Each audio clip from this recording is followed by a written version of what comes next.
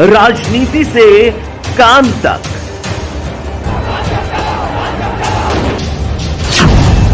अपराध से अंजाम तक, खेत से खलिहान तक, खिलाड़ी से मैदान तक, आईफा की धमाकेदार रात, सितारों से आसमान तक, अब हर खबर पर होगी हमारी नजर।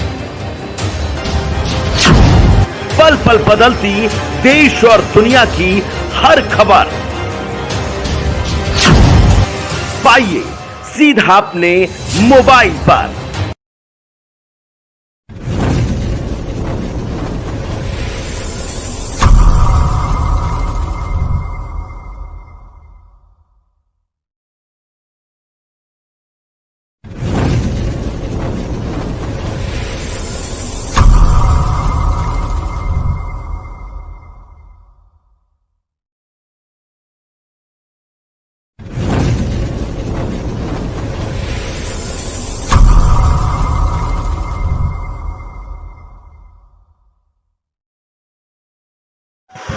मां अंजलि दरबार कुरुक्षेत्र में कल विशाल भंडारे व जागरण का आयोजन किया गया, जिसमें दूर दराज से हजारों भक्तों ने यहां पर पहुंचकर मां अंजलि के दर्शन किए और उनका आशीर्वाद भी प्राप्त किया।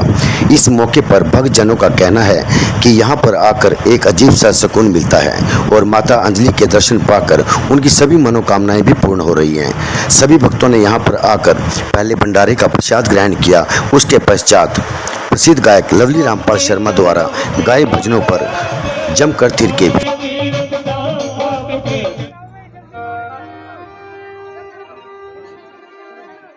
आइए सभी मां का मंगलाचरण, मां का आवाहन। Hello hello hello.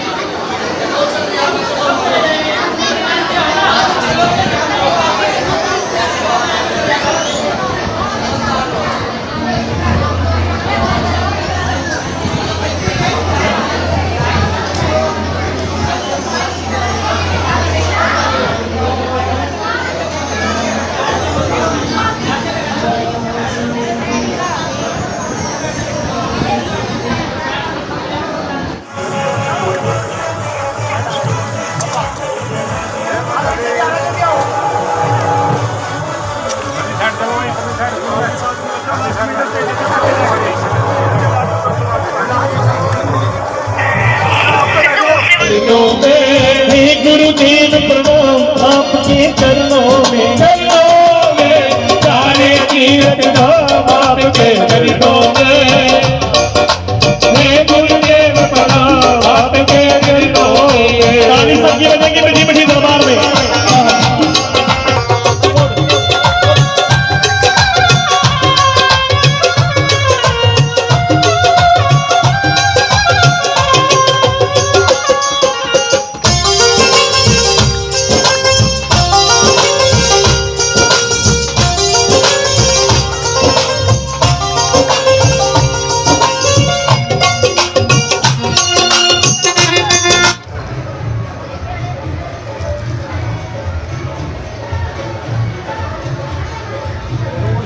उत्साह नज़र आ रहा है। आप बन रहिए हमारे साथ, हम दिखा रहे हैं आपको मां अंजलि के जागरण की झलकियां।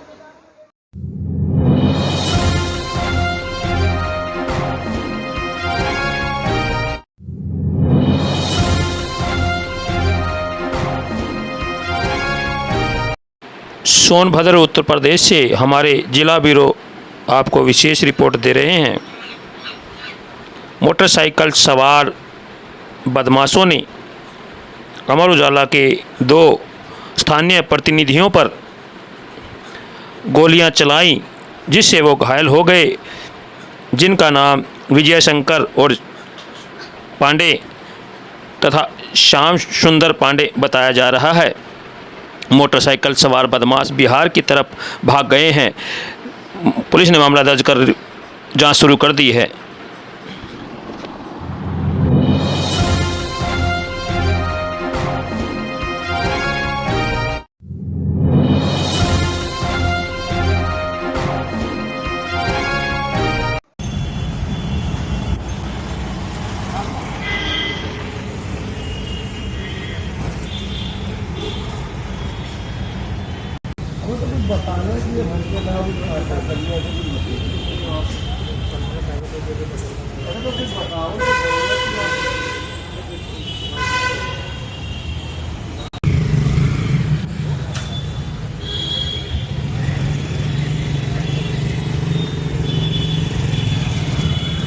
नाम है आपका? मन्नान। हम्म, मन्नान कहाँ के रहने वाले हैं? नवरैया गल्ला मंडी थाना दरगाह। जिलाधिकारी कार्यालय आए हैं, क्या है मामला? ये सर ऐसा है कि राखी मिल वाले बहुत उड़ावत है और बड़ी परेशानी यहाँ की खराब हो गई और तमाम आदमी मर चुके हैं और कई साल से मामला चल रहा है डीजीपी का। फिर एक बार कहा हुआ आएगा तो उनसे भी तो कहीं से नहीं, लेकिन कुछ हो ही नहीं रहा कि उनका कायदे से। कौन सी मिल है? राइस मिल है दोनों। क्या नाम है? एक ही है, एक राहुल की है, एक अतुल की है। अच्छा, आसाम रोड। हाँ वहाँ बैठे थे कहाँ? अतुल के यहाँ किस चीज़ पे बैठे थे? नीचे जमीन में। हाँ हैं? वहाँ घर में तमाम औरतें रहा, आदमी रहा, फिर कुछ नहीं हुआ। क्या आश्वासन मिला था धरने के दौरान आप लोगों कुछ को? नहीं, हो जिए कुछ नहीं हुआ। अभी तो ना हम बता रहे आज डीएम साहब क्या चाहते हैं? हम ये चाहते हैं कि उनका कोई व्यवस्था कर दिया जाए।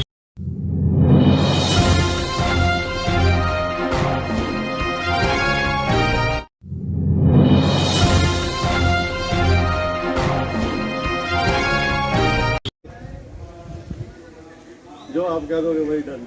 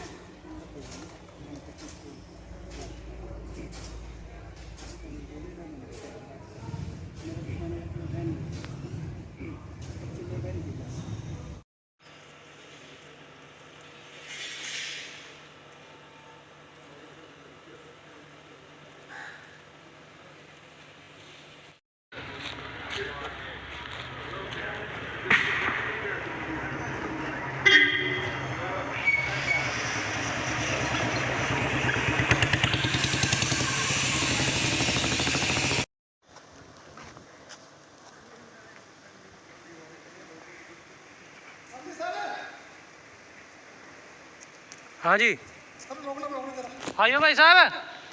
अरे कोहली जी, क्या रह गया? मुझे दे देते तो।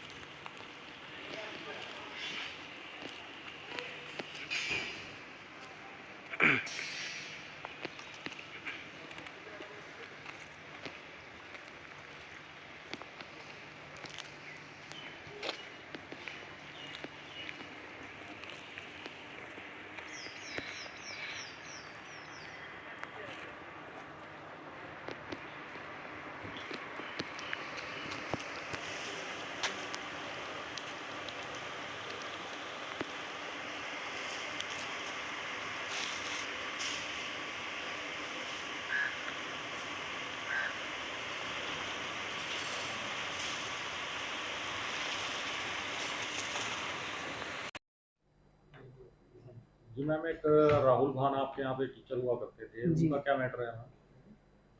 सर उनका सैलरी का मैटर है, उनका केस कोर्ट में चल रहा है, उन्होंने कोर्ट में डाला हुआ है और जो भी कोर्ट फैसला करेगी वो हमें मंजूर होगा। अगर वो हमारे से जो उनकी सैलरी बनती है वो लेना चाहते हैं तो हम आज भी उनको देने को रेडी हैं। जो इनका हिसाब बनता है वो आके कभी भी आके ले के जा सकते हैं हमारे से। बाकी उनका जो कोर्ट में केस चल रहा है तो कोर्ट में जो फैसला करेंगे, अगर उनको कोर्ट के थ्रू लेना है तो जो कोर्ट फैसला करेगा वो हमें मंजूर होगा। जिस तरह उन्होंने बताया कि 2014 में वो रेगुलर के लिए उन्होंने इंटरव्यू पास कर लिया था और उनको बताया नहीं गया कॉलेज की तरफ से, इसमें कितनी सच्चाई है? सर ये कॉलेज के बताने की ज़रूरत ही नहीं होती। यूनिवर्सिटी से खुद हर टीचर के, जो भी टीचर अप्रूव होता है उसके पास लेटर जाती है जी, उसको पता होता है कि मैं अप्रूव हुआ हूँ नहीं हुआ हूँ, और हम वर्बली सबको बताते हैं कि आप लोगों की अप्रूवल की लेटर आ गई है। ये यूनिवर्सिटी से नंबर मिलता है अप्रूवल लेटर का, तो इसमें सच्चाई कुछ नहीं है जी। मतलब कि उसको तो यूनिवर्सिटी से भी खुद ही लेटर जब घर में जाता है सबके कि आप अप्रूव हो, तो उसमें बताना ना बताना तो एक वो है। अब मेरे पास कोई इस बात का प्रूफ तो है नहीं कि हमने उसको बताया नहीं है जी।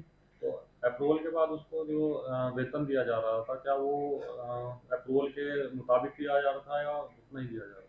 नहीं सर, जो हम बेसिक पे होती है वो हम प्रॉपर पूरी दे रहे थे बेसिक पे। जो डीए होता है वो according to qualification, according to experience वो देते हैं, वो उसको मिल रहा था जी। आरटीआई के तहत जो सवाल उठाए गए हैं, कॉलेज के ऊपर सवाल उठाए गए हैं, उसमें दिखाया गया तो जो वेबसाइट पे हैं कुछ टीचर्स हैं लेकिन वो यहाँ काम नहीं करते, कोई सरकारी नौकरी में लगा हुआ है या फॉरेन रह रहे हैं, उस पर आपका क्या टिप्पणी है? सर आरटीआई के तहत मेरे पास ऐसा कुछ आया नहीं है कॉलेज के अंदर, ठीक है। अगर आएगा, हमारे ऊपर आरटीआई लागू होती है तो हम ज़रूर उसका भी जवाब देंगे जी। कुछ टीचर्स के चेक बाउंस भी हुए हैं? नहीं, बिल्कुल भी नहीं हुआ जी। हमारे सारे केस सब खत्म हो चुके हैं, कोई बाउंस का कोई केस नहीं है नॉन जी। टीचर्स जो आरोप लगा रहे हैं ग्रेजुएटी नहीं मिली है? नहीं, बिल्कुल नहीं जी। कोई भी एक भी आप लाके यहाँ दे दो कि मेरे पास हमने नहीं दी है, तो आप जो कहोगे मैं वो करूँगी। कोई टीचर नहीं है मेरे पास, ना मेरा कोई नॉन टीचिंग का स्टाफ है और ना कुछ है।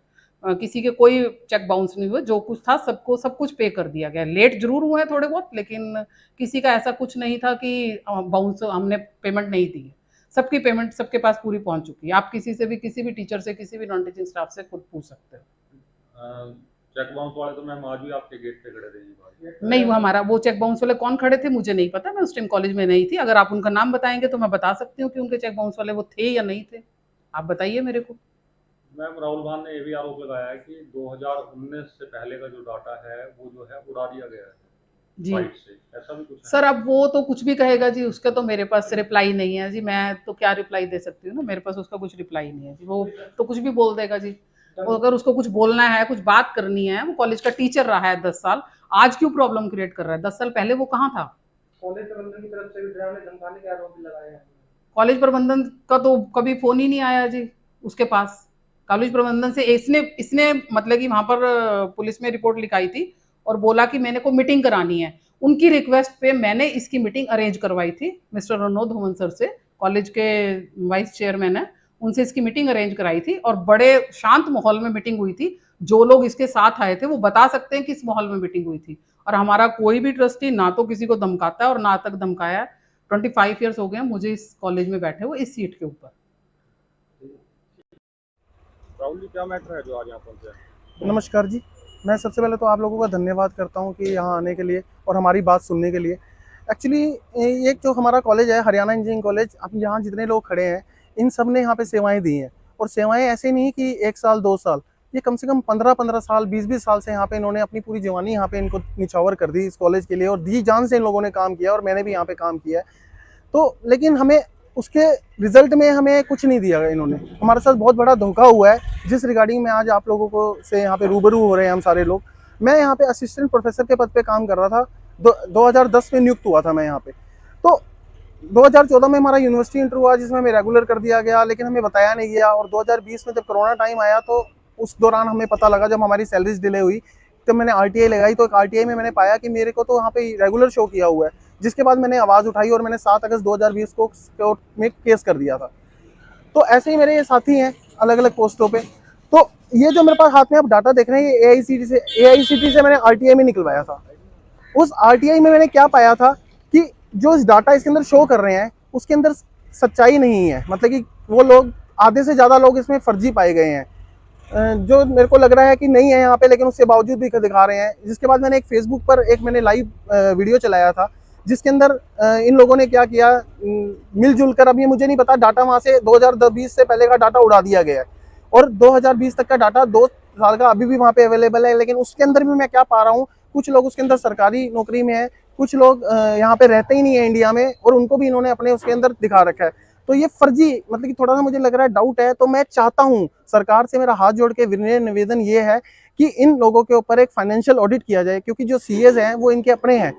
तो मैं चाहता हूँ इनका एक फाइनेंशियल ऑडिट होना चाहिए, जिसके अंदर सीबीआई जांच होनी चाहिए, ताकि ये सच्चाई सामने आ सके जनता के और सारे लोगों के कि ये क्या गड़बड़ मचा रखी है इन लोगों ने।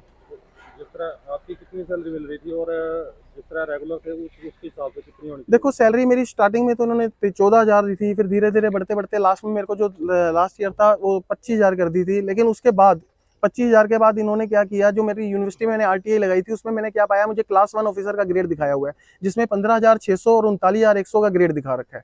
तो उस हिसाब से तो देखो कैलकुलेट करेंगे, काफ़ी सैलरी बनती है, जिसके उन्होंने हमें बहुत कम सैलरीज दी हुई है। उसके बाद इन्होंने मुझे एक बार कॉलेज भी बुलाया था कि चलो आके बैठ के बात कर लेते हो। हम भी आ गए थे, मैं भी आ गया अकेला।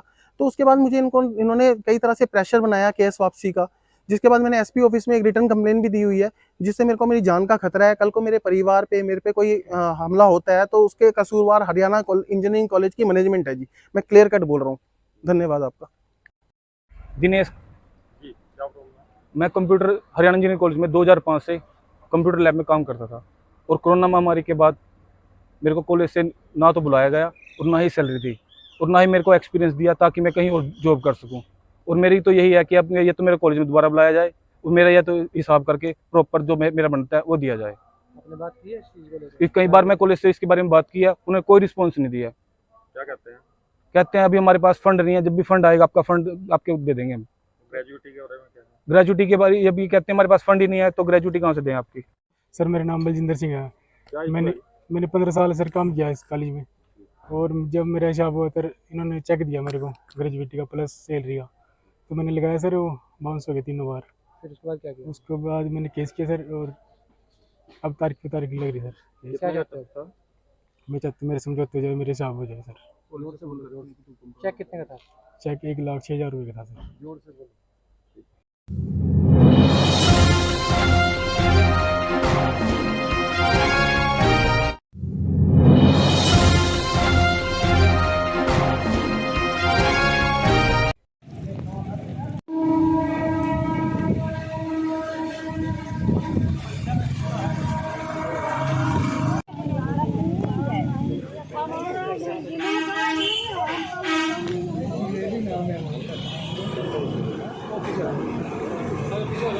आई हो? हम आए हैं, बाबूराम हमारा पति हेरा गया है, 1.5 महीना हो, 1.5 महीना हो गए, तो हम आए हैं एप्लीकेशन। तो हम राजा और पिंटू, तो हमारे पति कर लाई है 7 बजे। तो हम पूछा, पैसा में लग गई गाड़ी, तो हम पूछा कहाँ जा रहे हो, तो राजा कहे से कि पिलसिन बनाना, राजू कहे से कि हम पिलसिन बनाना चाहिए। तो हम फिर नहीं बोला कुछ, चले गए। थाने गई थी का? थाने गवा है तो हमारी सुनाई नहीं होती, एप्लीकेशन ले लेन है, यह होता है कि सुनाई हो तुम्हारी, और देखो खोज हो ही रहा है।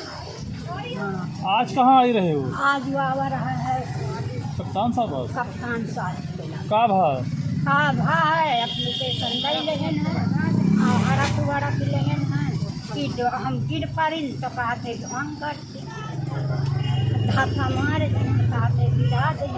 अब हमारा पति 1.5 महीने से हो गया गायब, तो हमको को धक्का मार के गिराएगा। दिखाने के लिए, गिनती कराने के लिए मैं भी आया हूं। बताओ ना, थोड़ी पकड़ लो, उठा लो गाड़ी। एप्लीकेशन दिया, कोई सुनाई नहीं हुई। कप्तान साहब के यहाँ आए, वहाँ भी कोई हमारी सुनाई नहीं हो रही। हमसे पूछा कहाँ से, हम बताया भगवा मोहन खड़ा से आए हैं।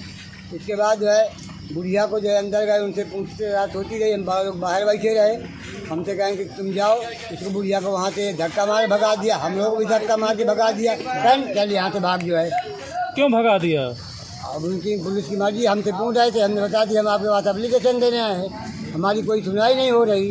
तो कितने महीने पहले काम हुआ था? 1.5 महीना। और थाने गए थे? थाने गए थे, वहाँ भी कोई सुनवाई नहीं है। और कप्तान साहब के वहाँ? कप्तान साहब के यहाँ आए, यहाँ भी हमारी कोई धक्का मार के हमको भगा दिया गया है वहाँ से। क्या नाम है तुम्हारा? सोहन लाल। ऐसे राजनीति की धार हो या खेल की रफ्तार, गांव की चौपाल हो या शहरों का धमाल, आप तक पहुंचेगी हर एक खबर सबसे